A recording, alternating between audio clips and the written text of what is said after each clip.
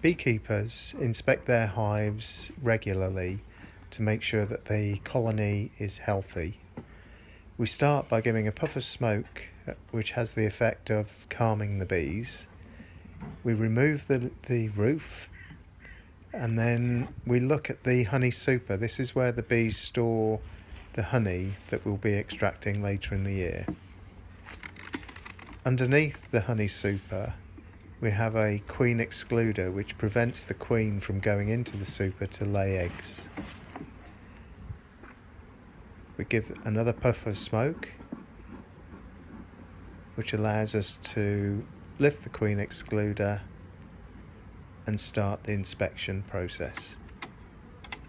The queen excluder is often stuck down by a substance called propolis, which is made by the bees. We check underneath the queen excluder to make sure that the queen isn't on there.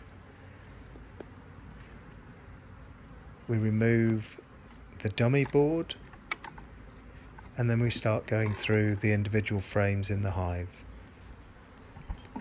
As we open up the hive, the first frames we see usually contain stores that the bees have put away. These consist of capped honey and uncapped nectar.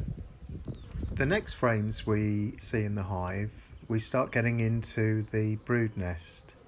So on this frame we can see a corona of honey around the outer rim of the frame, and inside we see biscuit coloured sealed brood, and these develop, and after 14 days the brood is capped and the new bees will emerge after 21 days.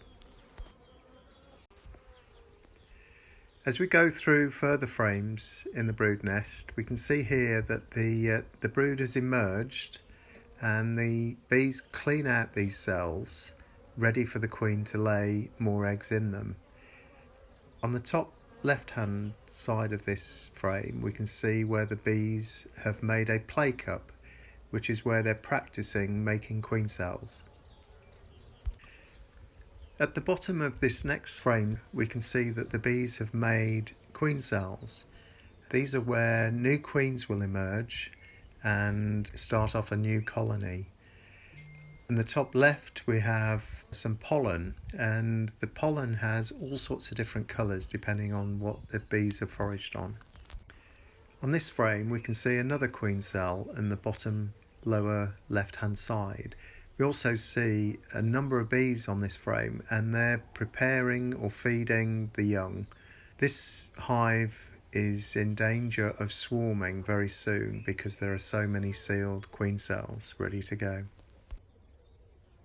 On this frame we can actually see the queen, and if you watch her closely you'll see that her abdomen goes into a cell to lay an egg.